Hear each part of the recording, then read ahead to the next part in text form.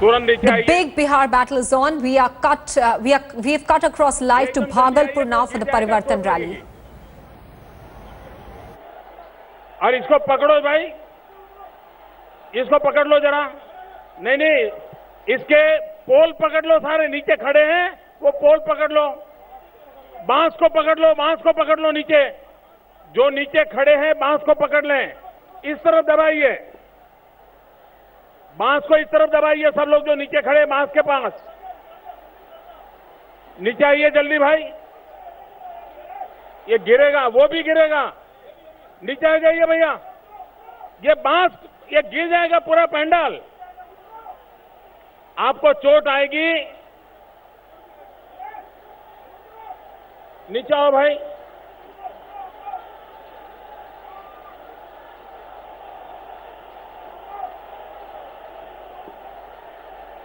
नीचे आकर के हर कोई बांस को पकड़ ले ताकि बांस गिरे नहीं।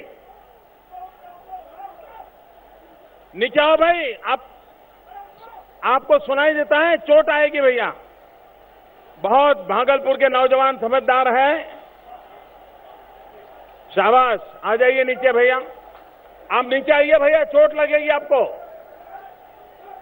नीचे आइए भैया, आप नीचे आइए। मैं आप लोगों के नीचे आने के बाद ही बोलना शुरू करूंगा।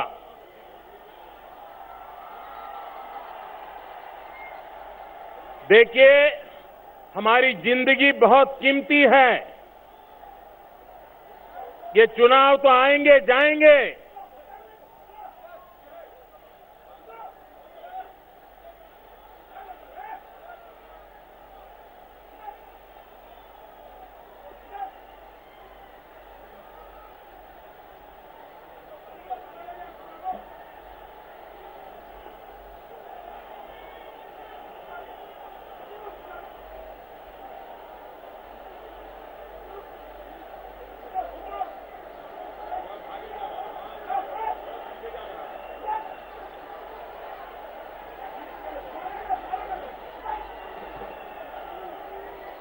भारत माता की, भारत माता की।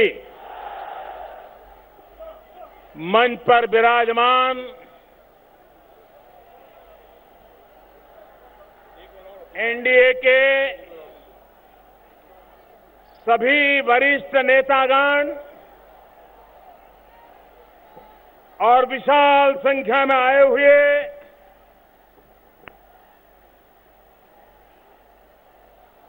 भागलपुर के मेरे प्यारे भाइयों और बहनों,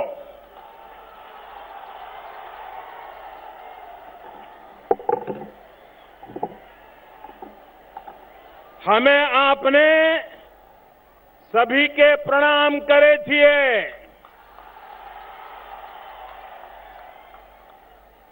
आपने सबके आशीर्वाद चाहिए। भाइयों बहनों, एक कर्णराज की भूमि है,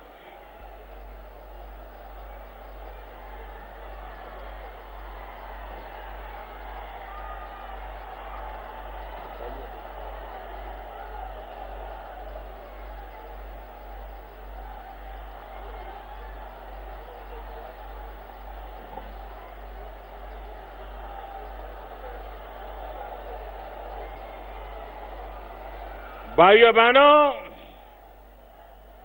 मेरी एनडीए की ये चौथी रैली हो रही है, लेकिन मैं कह सकता हूं कि एक से बढ़कर एक, एक से बढ़कर एक, और आज भागलपुर ने सारे विक्रम तोड़ दिए।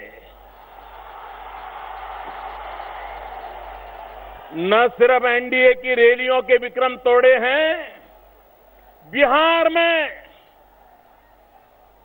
गत कई वर्षों की जो रैलियां हुई हैं, उन सारे रैलियों के रिकॉर्ड आपने तोड़ दिए हैं।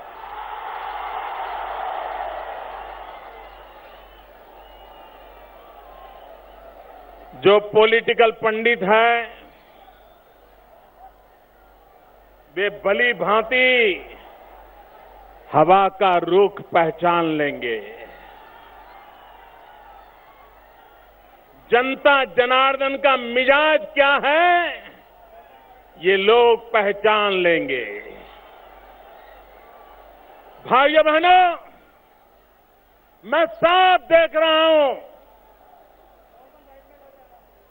25 साल के बाद पहली बार बिहार की जनता जनार्दन विधानसभा में विकास के लिए वोट करने का संकल्प कर चुकी है और विकास के लिए सरकार बनाने का निर्णय कर लिया है। भाइयों बहनों, अब इस विजय यात्रा को कोई रोक नहीं सकता है।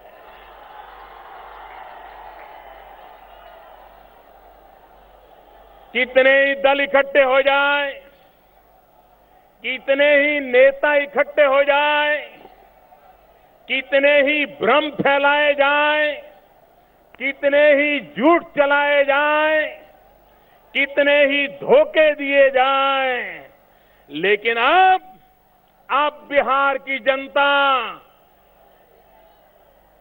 विकासशील बिहार बनाने के लिए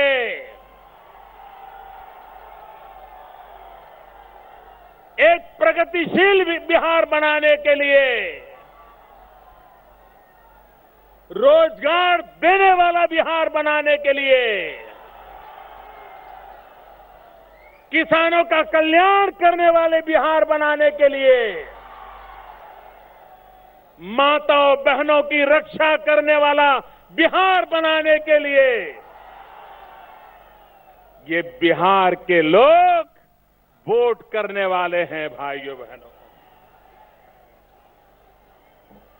आप मुझे बताइए भाइयों, ये चुनाव विधानसभा का है कि नहीं है? ये चुनाव बिहार की सरकार चुनने के लिए है कि नहीं है? यहां से चुन करके जो विधायक जाएगा वो बिहार की सरकार बनाएगा कि नहीं बनाएगा? जो बिहार में सरकार बनेगी वो बिहार का भला करने के लिए बनानी है कि नहीं बनानी? मुझे बताइए भाइयों बहनों, अगर चुनाव बिहार विधानसभा का है, 25 साल से जिन लोगों ने बिहार में राज किया है उन लोगों ने अपने 25 साल के काम का हिसाब देना चाहिए कि नहीं देना चाहिए? क्या काम किया वो बताना चाहिए कि नहीं? कैसे किया वो भी बताना चाहिए कि नहीं? जनता जनार्दन को अपने काम का हिसाब देना चाहिए कि नहीं देना चाहिए? भाइयों बहनों, मैं आपको वादा करता हूं 5 साल के बाद 2019 में जब लोकसभा का चुनाव आएगा मैं फिर से आपके पास वोट मांगने के लिए आऊंगा और जब 2019 में आऊंगा तो दिल्ली में मेरी सरकार ने क्या काम किया है पाई पाई का हिसाब दूंगा, पल पल का हिसाब दूंगा। भाइयों बहनों, लोकतंत्र में जो सरकार में बैठे हैं उनकी जिम्मेवारी बनती है कि वे 25 साल में सरकार में रहने के अपने काम का उन्होंने हिसाब देना चाहिए। लेकिन आपने देखा होगा ये अपना हिसाब तो दे ही नहीं रहे हैं।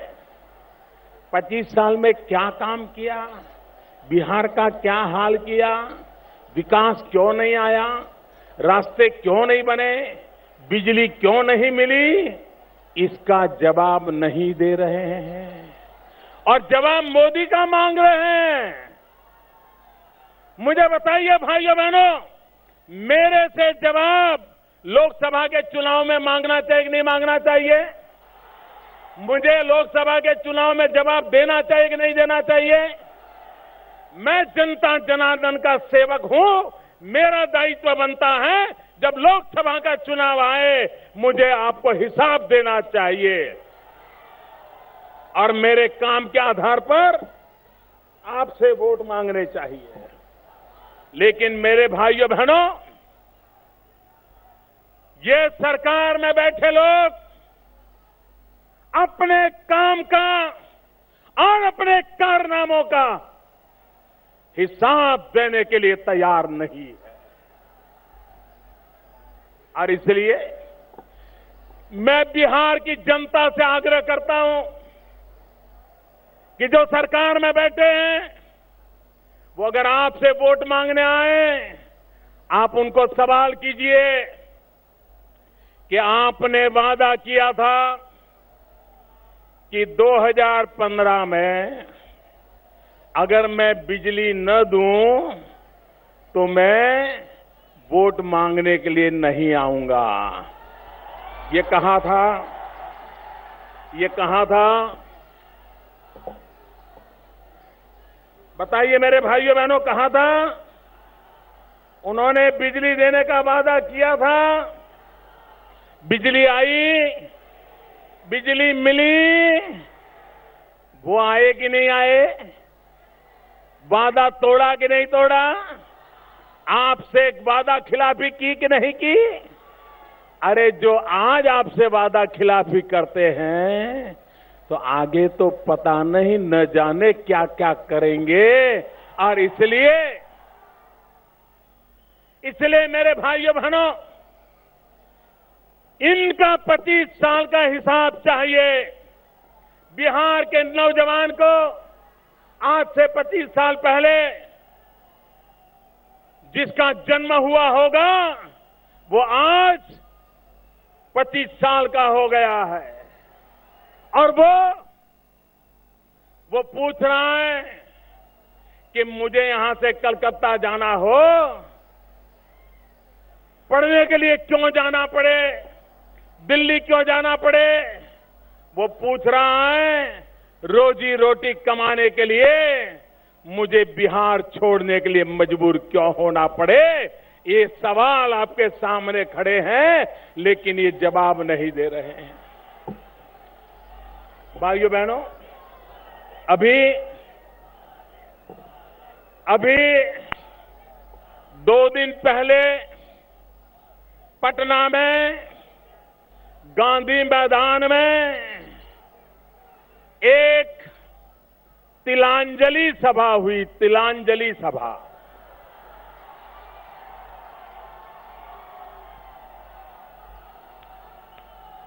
उस सभा में राम मनोहर लोहिया जी को तिलांजलि दी गई। उस सभा में जयप्रकाश नारायण जी को तिलांजलि दे दी गई। उस सभा में कर्पूरी ठाकुर को तिलांजलि दे गई। भैया, राम मनोहर लोहिया और उनके सारे चेले चपाटे जीवन भर कांग्रेस के खिलाफ लड़ते रहे। देश को बचाने के लिए जेलों में भी सत्याग्रह करके पहुंचते रहे, लेकिन उन्हीं के चेले सत्ता स्वार्थ के लिए, सत्ता की भूख के लिए राम मनोहर लोहिया जी को छोड़ करके परसों गांधी मैदान में उन लोगों के साथ बैठे थे जिनका राम मनोहर लोहिया जी ने जीवन भर विरोध किया था। ये कौन से सिद्धांत हैं आपके? ये कौन सी आपकी नीतियां हैं? भाइयों बहनों, जयप्रकाश नारायण जी ने जिस गांधी मैदान में संपूर्ण क्रांति का जुगल बजाया था, जयप्रकाश नारायण जी ने भ्रष्टाचार के खिलाफ एक लड़ाई छेड़ी थी और कांग्रेस पार्टी ने, कांग्रेस की सरकार ने जयप्रकाश नारायण जी को जेल में बंद कर दिया था। पूरे हिंदुस्तान को जेल खाना बना दिया था। और जयप्रकाश जी को जेल में क्या किया गया? ऐसी हालत कर दी गई कि वो बीमार हो गए और फिर कभी जयप्रकाश जी, उनका स्वास्थ्य ठीक नहीं हुआ और हमें जयप्रकाश जी को खोना पड़ा। मैं इन लोगों को पूछना चाहता हूं, जो लोग जयप्रकाश जी की उंगली पकड़ करके राजनीति के पाठशाला में आए थे और अब तक जयप्रकाश जी के गीत गाके गाके अपनी राजनीति करते रहे थे, उन्होंने परसों जयप्रकाश नारायण को भी तिलांजलि दे दी और उन लोगों के साथ बैठे जिन्होंने जयप्रकाश नारायण जी को जेल के अंदर बंद करके उनके स्वास्थ्य के साथ गंभीर प्रकार की समस्याएं पैदा हुई थी। और इसलिए मैं कहता हूं, ये परसों की सभा एक प्रकार से, ये परसों की उनकी रैली कि राम मनोहर लोहिया, जयप्रकाश नारायण, कर्पूरी ठाकुर, इन महापुरुषों को तिलांजलि देने की रैली थी, जिन्होंने जयप्रकाश की तिलांजलि की, जिन्होंने राम मनोहर लोहिया जी की तिलांजलि की, जिन्होंने कर्पूरी ठाकुर की तिलांजलि की, उनकी तिलांजलि आप करोगे? पक्का करोगे? चुनाव में बटन दबा करके अब इनकी तिलांजलि करने का समय वक्त आ गया है। और इसलिए भाइयों बहनों, मैं सोच रहा था कि गांधी मैदान में Prime Minister Narendra Modi there speaking at the Parivartan rally in Bhagalpur, taking pot shots at his opponents, saying that the RJD, the Nitish Kumar and Sonia Gandhi have come together in Bihar even though they are ideologically poles apart. Taking a